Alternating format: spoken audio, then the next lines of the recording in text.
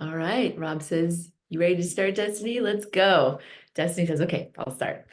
So this is just a reminder for our code of conduct. Respect each other, love each other, you know, the usual rules. Peace, love, and happiness. Okay, any new people here with us today? Or is it the same old, the regulars? Doesn't matter. It's good to see all of you today. All right, so Catherine, Anastasia, did you want to say something? Did someone say something? Interpreter? No one. Okay. All right. Just wanted to make sure I didn't talk over anyone. All right. We'll start with Catherine. Our advocacy efforts. Take it away.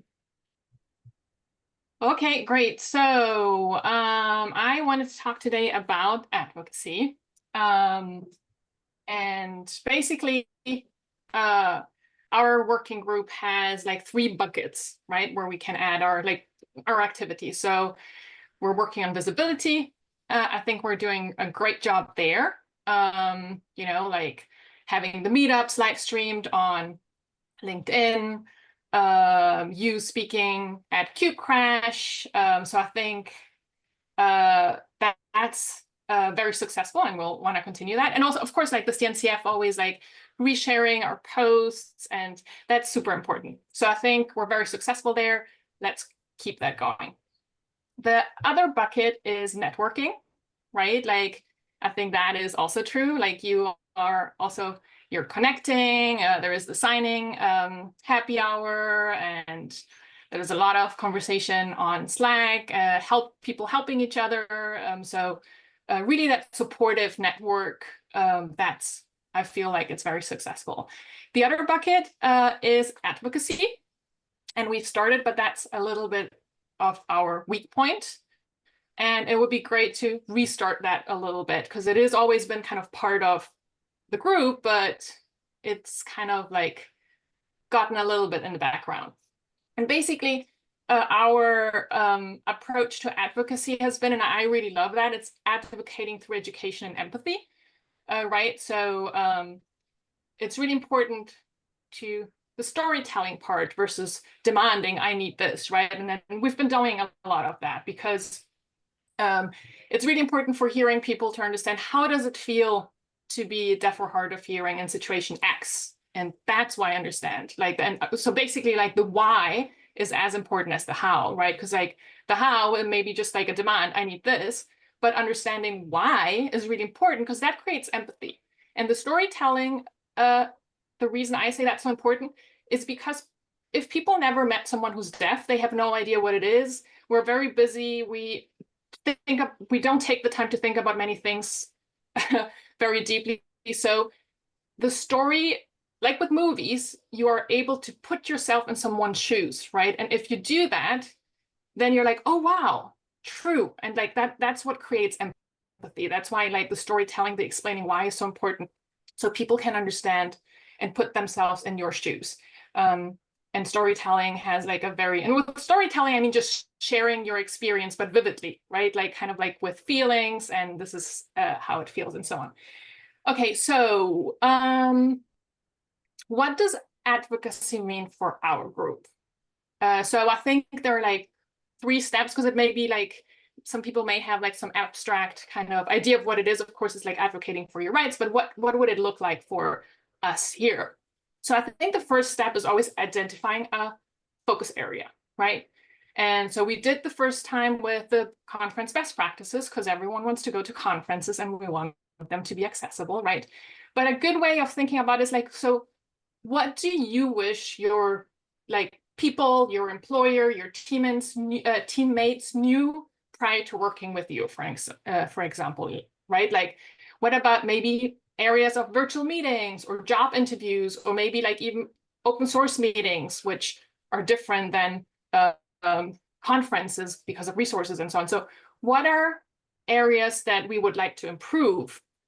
And from your experience and what you've learned and figured out with people around you, what would you have liked that they knew before? Because that will help other people who are just getting started. So step 1 is identifying a focus area. Step 2 is creating best practices to publish then on our website. Exactly what we've done with the conference best practices, right? And so we can have 1 or 2 people who lead, but ideally everyone, as many people as possible, would help improve it, right? This should not be someone's opinion, right? If one person writes a best practice, it's their opinion. This should not be a personal opinion. It should be a consensus of the group. We have different people, as we know. Like deaf people are very diverse. We have people who are hard of hearing. We have people who sign. We have people who lip read. We have people who rely on captions. So it's like everyone has different needs, and we need to make sure we capture all of that and not just like one specific deaf kind of subgroup, right? That benefits from it. And then once we do that, we need to get the word out, right? There is no benefit in having and publishing something that is in the internet that no one finds and no one looks for because no one actually knows that it's there. So I think the first thing is like we can always do is like share with anyone within our network that could benefit from it, your employer, people you interact with, you know, like just making sure everyone, like that's like the low-hanging fruit. Also kind of creating a social media campaign, right, where we post about it. We should do this regularly, you know, like post about this and tag specific people. Like for the conference best practices, we should tag conference organizers. And also an email campaign, like if we know how to contact a target group, do that. That can also be like a conference talk topic, right? Like if you want to present at a conference and you don't know what to talk about, you can talk about one specific resource, you know, like, and then talk about the importance of that, and then just use that as your talking points. And then an open question to everyone is like, how else can we advocate for that? Like we need to brainstorm. There may be different options depending on what a resource that is. Okay, so we did create a dedicated channel for that. It's called DHH/advocacy, because our channel is very busy and it's very difficult to have a focused discussion because like you ask a question and then people post things about excitement. So it's like, which is fine. Our channel is more for, you know, like news and excitement and things like that, but we need something to have like very focused discussions because I think like advocacy is something important and we need to be focused on that. So if you want to join, please join the discussion if you're interested in participating in advocacy. We already started the conversation about 2 weeks ago with some of our core team members. You will see a lot of information in there, interesting, deep conversations. So if you want to catch up with what we were talking about, and yeah, we wanted to invite everyone here to join.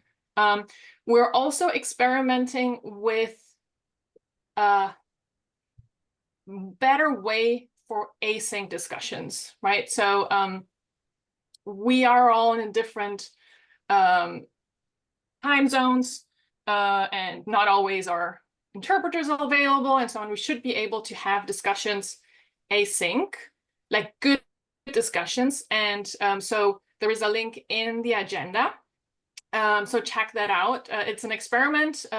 Hopefully we will adopt and adapt it and improve it over time. But the goal is, yeah, like how can we have these conversations that are productive in the channel? And then just saying, hi, Ian, so glad you are finally able to make it. It's been a long time. Thank you. I'm glad to be back.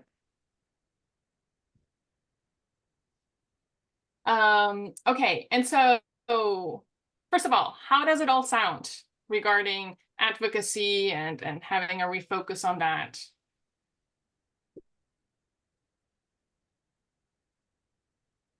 This is Rob. I can answer a few of those questions really quickly. So first of all, you were talking about demands, and before your question about what you wish your employer would have known before they met you.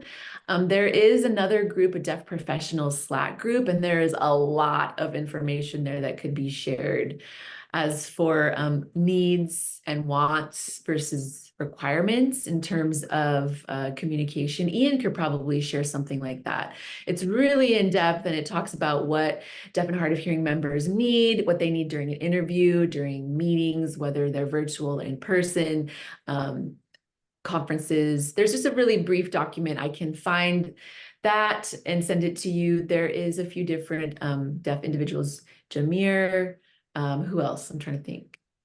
Kratzig, I can't remember that guy's name. And then Jesse, other deaf individuals that are not here that I could then get their input and give you ideas as to what their requirements and needs and wants are, because you're right, they're all over the board. So that would be something really nice, I think, to have to help with that discussion. For asynchronous conversations, you know what? Our primary language is sign language. It's not English text, written English. So sometimes it's easier to communicate in that signed language instead of an English text language. So maybe we could come up with a way to have an interactive discussion through sign first before we move it to a channel that's text-based. I don't know how we could definitely make that comfortable for everyone, because some people are definitely more comfortable communicating in sign language versus written English. What else did I want to say? You had another question. Oh, events. Leon Adato sent out some CFP that are coming up. What do people want to talk about? That's something we could discuss also. And we're going to switch interpreters really quick. Great. Okay. Yeah, switch. Rob, just one thing. The conversation should also be accessible for hearing people. So we also need accessibility. So something to keep in mind. So I think it's important to have comment in Slack would be, yeah. Because it's like we need to have a conversation together. I think like if some group has having a conversation and then go to like the other people are not missing are missing that part of the conversation. So I think that makes it really difficult. So I do feel that we need to have a common language. And written English is that common? I mean, my first language is not English either, FYI, right? So, but I think it's important to. Yeah, I mean, we could have, open conversations and, we can certainly depend on verbal communications, PR, Slack, through email. We can have it. It's just slow. So, we could have, I guess the policy is the same as here. We need to make it accessible for all. Yeah, but it's okay if I think like the good thing about the async is that it doesn't have to happen here and there, right? So it's like, so if we group the conversations in a thread, I don't expect everyone, like if I'm asking a question, to respond right away because people are working, people are whatever. So like it's everyone, like it will be slower, but as long as people can respond when they have the time to focus on that, especially with the advocacy part, that's like you have to think about it. It's not something where you're just like, so I think it's fine if it's slow. It's like we'll say, okay, we'll give everyone a few days and then so I think that's totally fine. And I think it's good because of the different time because of the time difference, people don't have time at the same time, like, and you see it like there's a certain time when Anastasia and Milad are more active and then they're like completely silent because they're working. And so it's like, and there is like a huge difference and then, and where we're at, we're literally all over the world. But yeah, so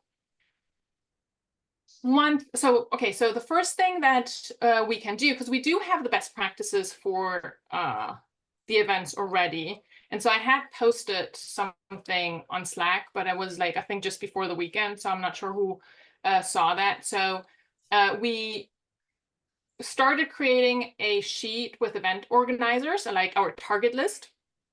And then I did start a draft for an email, LinkedIn, and Twitter posts to reach organizers. So it's all linked in the agenda.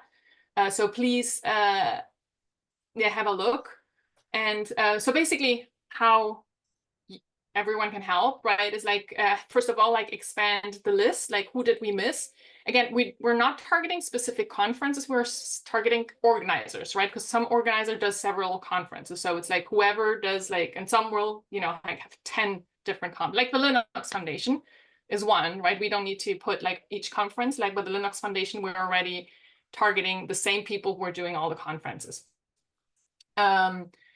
And then, so help expand that, review the draft, and like if you have any feedback or input. I would love for this to come from deaf and hard of hearing people. So we can, the post can say accessibility for us. That's much more powerful than accessibility for them, right? Like it's coming from you, from someone directly. So I think that's more powerful.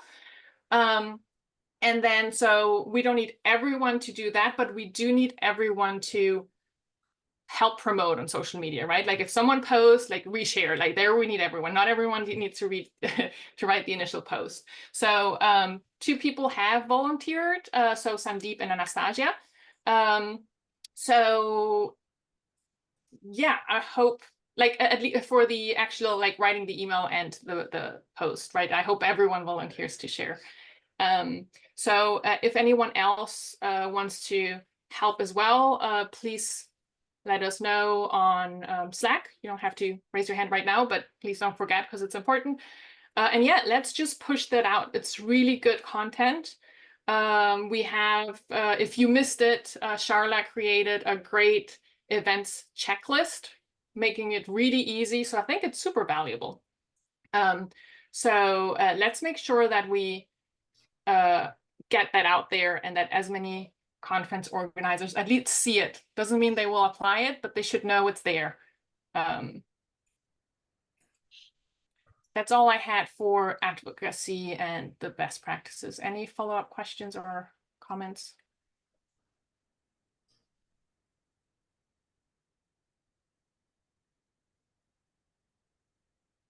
Okay, then I'll move to KubeCon scholarships.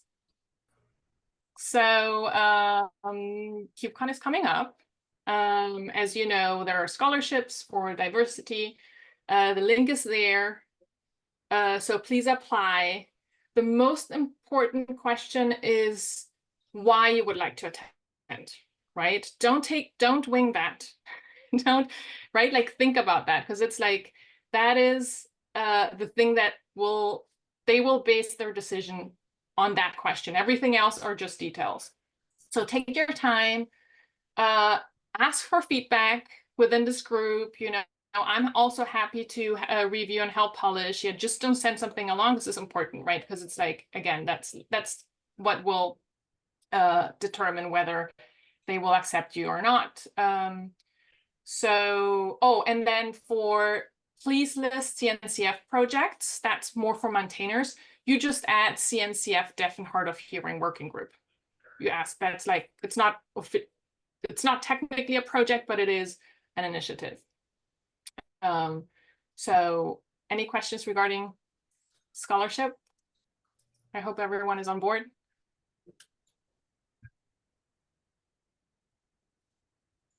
Milad?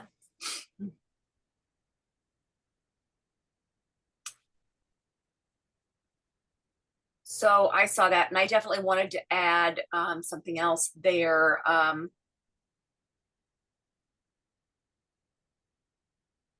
It's a real challenge sometimes in terms of getting scholarships approved and everything. And sometimes you can't fly to the US even if you're close, and you're in another country. So does anyone, I think you wanted to share that that challenge, Andres? Yeah, it's a lot logistically, and it's not easy, to get a visa or to get, all the proper paperwork lined up far in advance, and you have to do it in advance. You can't wait to the last minute, but the visas and things you need are challenging. And Milad saying yes, I don't know how fast you can get around those things to get visas. I don't know if there's an expedited way to do that. Like some places have a special, some kind of letter you can get from the CNCF to help expedite that. I don't know if that would assist you to kind of get around some of the processes. And Rob's saying CNCF has something they can fill out if you need, I'm almost sure. You could fill it out and what's the conference for, how you can tell immigration or whatever that you need to attend this, and maybe that will help. But it's easy to get into London, right? When you, maybe Salt Lake City, not so much, but London. Anastasia is saying, if you're talking about London in the UK, to get into the UK, I don't know how hard that will be for, yeah, he's saying, I don't know, I'm a little chicken, I don't know. I can wing it. So would it be easier to get into London for you? Oh yes, much easier than to get into the States. Yes, because Colombia last year, they made it harder. So it's a visa issue. It's like a 3-month window for visas, where in the US it's quite challenging. So I'm thinking there's a letter. Sandeep posted something in the chat, but they will give you a visa letter if you're going to be a speaker or an attendee. And that's what Sandeep says in the chat. So you might want to read what he wrote. Yeah, and how long it takes, it literally depends on which embassy you go, like, or consulate. Different places in the same country, if they have like a lot of requests, it just like you just get at the back of the line. So it doesn't really, it's, I mean, there is some time that takes to it, but then it's like how many people are applying. And then if you are in a country that has lots of application, it will take longer than in one that has fewer. So it's very difficult to say. But I think they are telling people a little earlier than before, because that was the big complaint, that they would give scholarships too short notice and people would not have time to get the visa. It's still not a long time. So once you get it, you have to jump on it.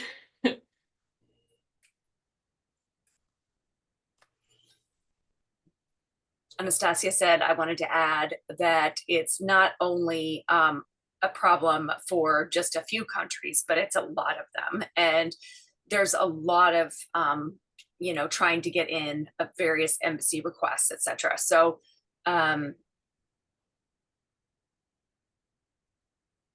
there's just always a long time to wait, it feels like. So UK tends to have a long line as well. But I think it's about 2 months thereabout. Yeah, that you have to wait. I think that's pretty much the standard one.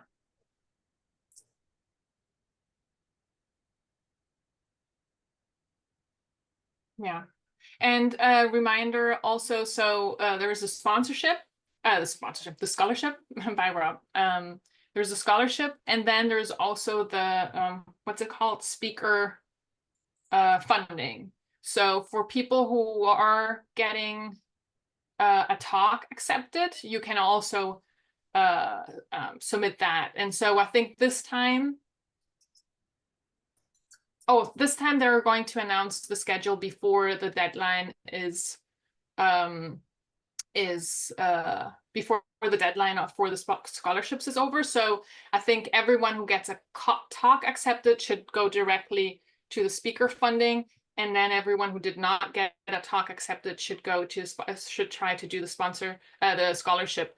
That way we have like a little people spread out, because they're not going to have like a ton of people from our group, right? Because there are maintainers and there are other, like they have so many categories that fit into the scholarship a thing, that they have to kind of make sure that they allocate enough that they're fair, basically, right? So if we can spread it out, hopefully we get, I'm really hoping we get some talks so we can tap into that bucket. Yeah. So I think, oh, go ahead, Destiny. Yeah, I just wanted to emphasize too about going ahead and applying for those scholarships. Even if you don't think you're going to get a visa and you don't think there's time, still apply. Still send in your information, because even at the last minute you get the scholarship and at the last minute you're waiting and the visa hasn't come through yet, sometimes 1 week before it can work out. So, it's the luck of the draw, and I would say, so go ahead and apply for everything you need to go, and don't like hold back. I mean, we don't want you to be a chicken. We want you to go. We want you to do it. Well, if you don't try, you can't. Idea, Milad's saying that's a good idea, Andres. You can definitely apply for the scholarship, fill out all your paperwork, do your visa apps, all the things you need to do, and maybe some magic will happen and everything will work out. I mean, you have our full support in doing everything you can to get there. If it doesn't work, okay, but it might. I mean, it's a good experience to just get it rolling for next time, and then maybe it'll go smoother when you're headed to London. Yeah, I agree. But I don't know where to get that information.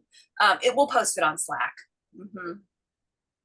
Yeah, if you don't try, you will definitely not get it, right? So that's like the worst thing that can happen is getting a no, and that's the same outcome as if you don't try.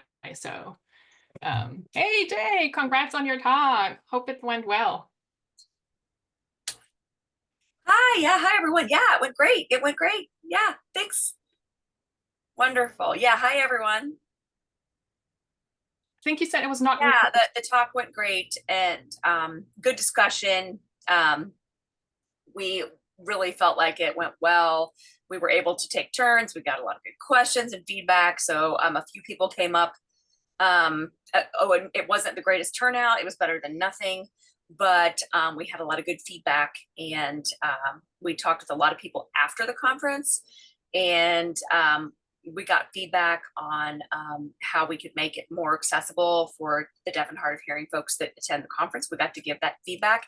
We talked about CNCF, we talked about best practices. So we were able to have a lot of good contacts, and we were able to figure out how to improve accessibility at conferences. It was awesome.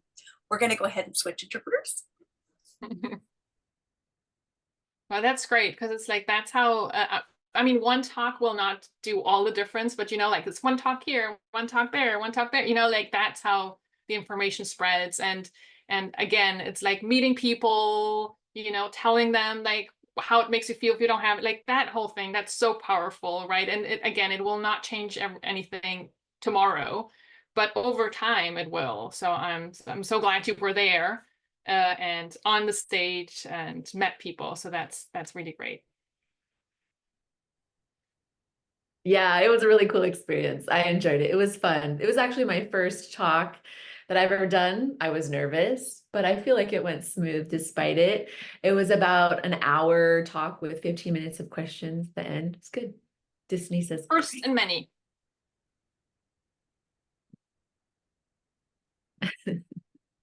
hopefully. He says, actually, that was your second, Jay. Jay says, well, I was on that panel. Yeah. That was like very last minute. We kind of was like, hey, can you jump in? Oh yeah, and that was because Ian couldn't make it. Yeah, Ian, that was the talk you couldn't make, and Jay jumped in. So. Oh yeah, I appreciate him switching me out at the last minute. Jay says, yeah, it was good. And then I think Sandeep wanted to say something, at least about the SIG Contribex.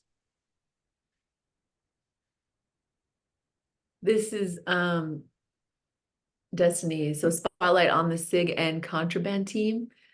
Sandeep, you wanted to talk about that next agenda item? The interpreter missed the beginning of that. Apologies. Yes. So it's just like the SIG Contribex team does a spotlight on different SIGs. Okay, so I think they could do a spotlight article on our working group so that we get some much more visibility, and like a lot of people, a lot of technical people, and a lot of SIJs will come to know about our working group. So that is a CNCF blog post, or I don't know how the SIG. Yep, correct. the Spotlight blog series. Yeah. Okay, so like having the CNCF kind of write a blog post about us, our working group. So there is a team that creates blog posts. So they send their questions to us, and then we have to write Oh. our answers, and then they refactor it, correct the grammar and everything. So it is an asynchronous. I mean, it is an asynchronous mode of communication. But if you want to do a Zoom call, they are happy to do it. It depends on what our preference is. If we want questions and we want to write answers, fine. If we want a live Zoom call, fine. Yeah. Yeah. I know we can publish anytime something on the CNCF blog post on the blog, because I know, I mean, the person, and you actually, some of you met Jesse, who manages all that. But the problem is always like writing it, right? It's like who writes it. So if they actually are helping with that part, that's awesome. But like FYI, we can always write something, and I would be very surprised if they would say no. So especially Jesse is a big supporter of our group. But yeah, let's do that. If they're doing the heavy lift, it's like, can you just get that started, Sandeep, with whatever it takes? Yeah, I have to get that started with Kathleen. Okay. Kathleen Fields, and also Federico. You happen to know him, Federico? Oh, Federico Frederick. Munoz. Oh yeah, I think so. He was also co-chair of the KubeCon, right, Frederick? Right. No, not that co-chair of the KubeCon. Federico is the person who basically writes most of the Spotlight series. Maybe Yeah. let me ping you his ID in Slack. Yeah. Well, let's just get it started, and like whoever it is, and then like take it from there. Just let us know how to get the ball rolling. Definitely. Yep, We definitely. should do it. And also like we can leverage the CNCF communications team to, we can leverage the CNCF communications team to help spread the word about our best practices. Yeah, so what we could also always do, but again, it's like extra work. So is whenever we do like for instance, for the conference best practice, we could write a blog post about how we do this, and then they would publish it. Like that's stuff. I mean, to leverage the CNCF in general to get the word out about things. So maybe something we should do as well. Yeah, like they could post about us in Twitter, they could post about us in LinkedIn, so that handle has a lot of followers. If I were to tweet and the CNCF were to tweet, there is so much difference in the followers, no? A little bit. I have Just like a little 1,000 bit. people, the CNCF has like millions of followers. No, I know, I'm just kidding. It's a lot more. Yeah, I don't think any of us compares. So yeah, we should do it. And that's why like whenever we have a social media post, we need to that is about the stuff that we do, we should always make sure that we use their handle, right? Like tag them. Also, like I'm a part, like I told you, I'm a part of the comms team. Okay, so I've been meeting them. So they told me that I have access to the social media handle. Of course, like Oh. I cannot post it. It goes into a buffer and they review it. Like I post it, I have to write a social media post. Suppose I want to post about our group on Twitter, then I have to schedule a post. It goes into the moderation queue. The moderators will review it, and if they find it appropriate, make changes and post it. So they said, please use it. Please talk about your group as much as you want. It's all yours. That's awesome. Talk, yeah. Yeah, we should leverage that. That's awesome. I did not know. That's Yeah. any tool we can use. Yes, I have access to a tool called as Buffer, BUFFER. So that Buffer will schedule the post on Twitter and Mastodon. But I think you can just share the blurb with me and I could share with them. Oh, yes, I missed to see who was it. Sorry. It was Andrew. They were still at the Yeah, conference. Yeah, who was But that? there you go. Hi. Hi, DC. Hi. Nice to see you. Hi, nice to see you. The stars of the day are here. Okay. I think both of them were the speakers, no? Yes, Both exactly. DC.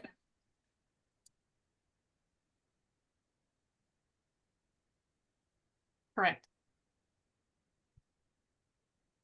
Oh, this is Destiny. So now we're going to be talking about contributions to deaf owners, and this is Milad. Yeah, so I added this agenda item at the very last moment. Just an idea I wanted to throw out to the group. There's some great benefits about not being the only cloud native. Instead, we could use all different projects. For my own, for example, I have my own project that is a open source thing that everyone can see. And if you all have any ideas, any suggestions, I welcome all of that support. Also, if you want to share your own deaf owned libraries, deaf owned project, anything like that, whether it's at the front end, the back end, whether it's database, anything really that's technology based, we would like to see it. And the reason why I think this is important is because as a deaf person, I contribute, and if I can communicate my work to other deaf individuals that are also in tech, that's very inspiring. For example, we have this deaf community here, wonderful, skilled technicians here, but it's hard to really showcase our work sometimes, because sometimes we don't know where to start with the technology. Sometimes it's new for us. Sometimes it's an interesting topic, but we don't really have a way to get into the door of it. I still haven't really grown some areas that I was looking into growing. I have a website.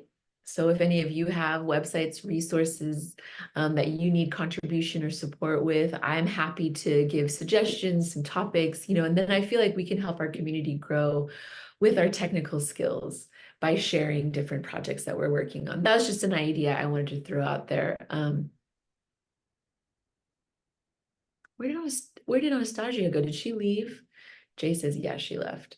Oh, that meant, well, yesterday, Anastasia actually developed her own personal website, and she was asking me some questions yesterday about how to do some things, some formatting. And so I thought, why don't you just go ahead and put this on GitHub? I can look over it, make my suggestions, offer my support, maybe HTML support, CSS support. Destiny also has experience with a few other things that she could contribute to Anastasia. So it's, deaf peer to deaf peer giving suggestions and feedback, which then helps everyone grow their technological skills. I think that's really cool. And this is Destiny. I also have another idea to throw out there for Catherine. I submitted a talk for basically showing how people not formally teach, but how people can start with open source. And I'm wondering if I could include Milad and mine and other projects in my talk. And if so, who do I talk to about doing that? It's just an idea I just thought of right now. Are projects like that something I could include in my talk, Catherine, or no? So that is the tag maintainer track. I would talk to Josh. I think that needs to be specific to the CNCF, because it's basically a guaranteed talk. So it would have to be part of but if you're not, I would assume, but Josh worked with you on that talk, on the submission. So you can ask him, but my feeling is, yeah. All right. For that one, I wanted to talk about my experience, and I think it'd be awesome if I could talk about some other projects as well, because I know that it's sad to say it, but there are deaf-owned open source things out there, but I want to show it, mention it, so that people are really able to grasp that. Well, maybe you can.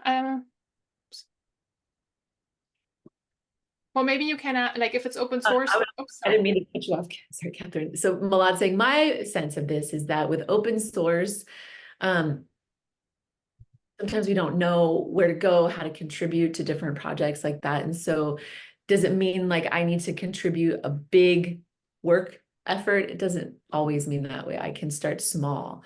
You don't have to have a lot of experience. You could just start very, very low risk contributions. For example, sometimes we have to show people how to contribute in a small way.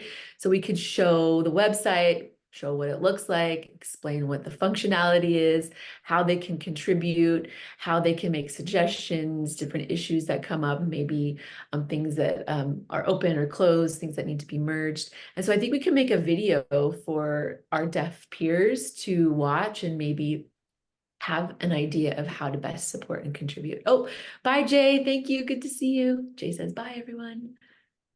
Bye. Destiny, did you want to add anything, any other ideas? Destiny says, yeah, I agree with you, Malad. I think this is a great idea because I didn't know anything about GitHub at the beginning. I was just playing around with it, trying to figure it out. And then I was able to learn a lot from CNCF, and people can only do so much themselves. It's really important to join in with other people to learn from their experience. Once I did join with CNCF, I learned so much. I remember someone showed me something like, just push something, pull something when I was learning it on my own. But with CNCF, they gave me an in-depth lesson into this, and it was really incredible. Switch to interpreter. Okay, are we done with that? Are we gonna move on at this point, or does somebody have something else to add about that? I have one thing to add, and I love the idea, Malad, Destiny. If you all think it's appropriate on the advocacy channel and you want to talk about the projects you're working on or even relevant trending topics, I'm keeping a lookout for media opportunities. And the more I know about the work you all are doing or what you'd like to talk about, the more I can do a better job kind of scanning for relevant media opportunities as they come up. Okay, terrific. And for those who joined after Charla joined and have missed her introduction, so she works in PR. That's her specialty, and she does that for work, for paying customers, but she's also volunteering her time to find opportunities for this group for free, like as a volunteer, right? Like, so that we get actually more exposure. So just for context, because otherwise it might be like, why should I be telling you this? It's like, well, she actually has an insight on what reporters are looking for.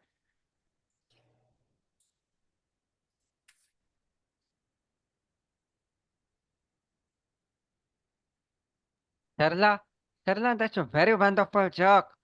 So Catherine just says she works for PR, and Sarla cracked the joke. That is public relations and not pull requests. Exactly.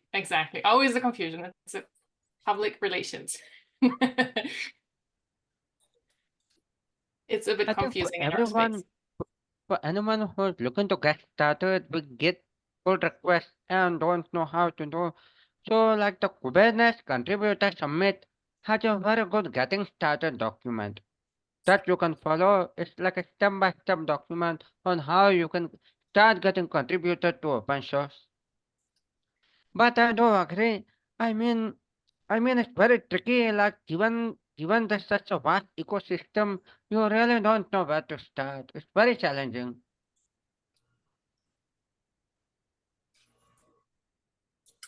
Milad wanting to add. He said, I didn't mean PR, I mean, that's fantastic. I didn't mean to be dismissive of that, but also as it relates to the deaf community itself and having that sort of coordination, because PR can help eliminate some of the barriers there and help it grow. So PR is really terrific. So without that, I mean, it's hard for people to really learn something, because they don't know it's available. They don't know it's there. So to get it out there and to have it more visible and have those conversations, have more eyes on them so people can learn, that's really great. So that means, you know, that people can see, oh, we have deaf and hard of hearing folks. We need to value that community.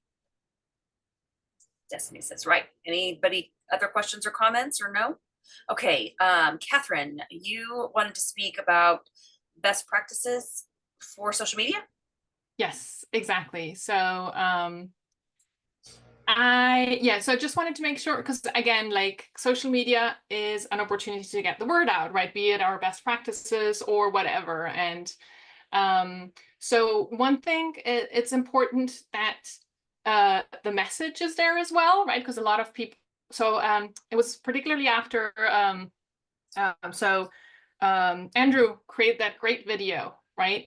About the talk. I was like, oh my God, that's awesome. But there was very little text. Not everyone watches the video. So it's like, okay. And so I kind of tried to say like, oh, let's add a little bit more to that. So basically, whenever you are posting something, even if it's a video, make sure that you have a description, like what is it about, right? Like even if it's a video or a blog post, provide a little context because not everyone clicks, right? And then mention and tag the CNCF whenever possible, because we want to leverage them, right? As Sandeep said, I think there's 125,000 followers they have, right? So we want to tap into that audience. And then always use that opportunity for positive reinforcement. Say thank you. So I was like, say thank you to the conference who was accessible, you know, like when you make them look good, they're going to be motivated to do it again. So it's like, and then it's like the conference as well, but like also the people specifically you work with, then they're going to feel like flattered, right? And then they're more likely to remember and do it again, right? So it's like, so basically, what is this about? Tag everyone who is relevant so they can, because if you tag people, they generally will also share, right? So that's additional people. And then don't forget to thank you and flatter people and make them feel good about it so they continue to do whatever they were doing. So yeah, just quick reminder to do that. I think that's pretty straightforward. I linked to the post there as an example in the agenda, so you can have a look whenever if you want. And then I wanted to just share one exciting bit of news. So there is now a blind and visually impaired channel on the CNCF Slack channel with 3 people. So there may be another group starting and doing some work. So that's kind of exciting. Very early though, but it's starting.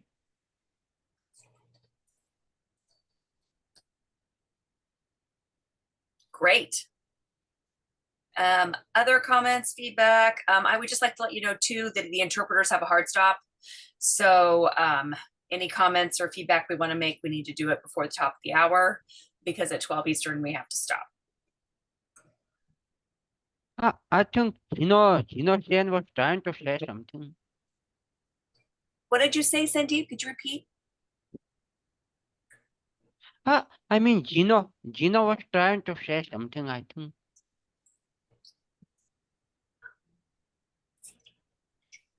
No, Gino. Yes, I had a question from Hong Kong. The CNCF, I know there's going to be some events there and they're planning for that. If you do sign up and you go to Hong Kong, the deaf community in China and Vietnam and Hong Kong, and we would be very anxious to learn from you. And if you don't sign up, you really kind of lose that opportunity. I really hope everyone will consider coming. And if Catherine, you have a list about CNCF Hong Kong, I can let them all know that they need to be there to support it and that they would have accessibility and all of that. So some information from you might be helpful. So which event is that exactly? In Hong Kong, but Yes, there's going to be an event in Hong Kong, CNCF, oh, yeah. and there's going to be a panel. I mean, it's the same organizer, the same people who do KubeCon also do those, unless it's a community event. I'm not sure. So it would be just like when you sign up, like it's important for you to kind of say that you have that accessibility need. I think that is standard now also for local events, community events. They did ask for that. But yeah, basically it's all, I mean, we have the best practices for conference organizers, and that's what they should use, right? But again, if it is the same team, if it's like organized by the Linux Foundation, it should be the same team that does KubeCon. So it's a matter of letting them know that you are planning to attend and are deaf, and then like, yeah, just let them take it from there. Yes, you can see the link is in the chat as well, so it's there. You can use that. Awesome, thank you. Yeah, the information is there, and you can use that and how, like, as a model to help draft something if you need it, or you can get help from us and Catherine, etc. Oh, I see now. It's KubeCon China, so it's like, yeah, there are three big. The three big conferences is like KubeCon North America, Europe, and then China. So that's like the big one. So that's the same team. So yeah, just in the registration, make sure you're mentioning that. They probably also have scholarships, just as the other. So it's exactly the same thing that we're doing for Salt Lake City. They should have there. So yeah, you can apply, and if you're the only one in that region in our group. So if you know what other deaf engineers who are interested, who might be interested in going, you should also kind of encourage them to apply. There are probably much fewer deaf people who apply there, so your chances are much higher to actually get accepted. Because now everyone is going to apply for North America, so your chances there are pretty high, I would say. So take advantage. The scholarship for that conference is already closed. I think the last date was June 23rd. Oh, it's August. Yeah, yeah. Next year. Yeah, I didn't. Yeah, it's between the two conferences. It's in August. Yeah.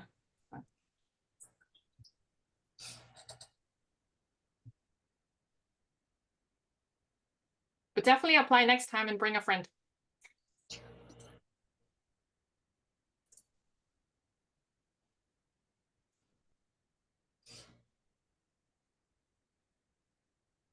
I think this is the. Oh, Also, I had a question, Catherine, on that list. If people want to learn about certain certifications and they don't have those certifications, I don't, certifications for what? Everyone's asking the same question. Like Kubernetes. Let's say somebody is wanting to present in Hong Kong, and I show them I don't have a certification, but I want to be a presenter. Can I still, if I'm not certified? Milad's saying, yeah, certification or no certification. I don't think that is related to your acceptance for a talk. But if you wanted a good experience, and you had good work experience and you have a lot of knowledge in the topic, I think that would be what they would base it on. Like if you fill out the form and you have your team review it and it looks good, you're more likely to get picked, whether you have a certification or not for a talk. Even if you don't have one, I don't think it's as important as having a good topic and good content and experience to back that up. I think that's probably the most important part. He says, okay, yeah. Anybody else have an opinion on that? That please add. Yeah, Sandy put a comment in the chat. So you don't need a certification by Kubernetes to present at the conference. If you submit your idea and the organizers like it, they select you. That's it. So yeah, you don't need a certification. Well, makes sense. Okay, yeah, I wasn't certified, and I did North American keynote stuff last year. And I didn't have any certification to speak of. So I was on the panel with other presenters as well. So yeah. Okay, we've got 1 minute. So any last comments? Okay, we can just chat then, and we can close the meeting. So I think that's it. I gotta hit the subway, Milad says. It's like if the doors are closing on the subway and your face gets stuck in the door, that's kind of where we are right now. All right, nice to see everybody. Enjoyed seeing you as usual. Wonderful talk, and we'll talk again. Hope to see you next month. Woo, we've already sweated from getting this done. So yes, from leading this meeting. Okay, take care, everyone. See you. Bye. Thank you. Bye.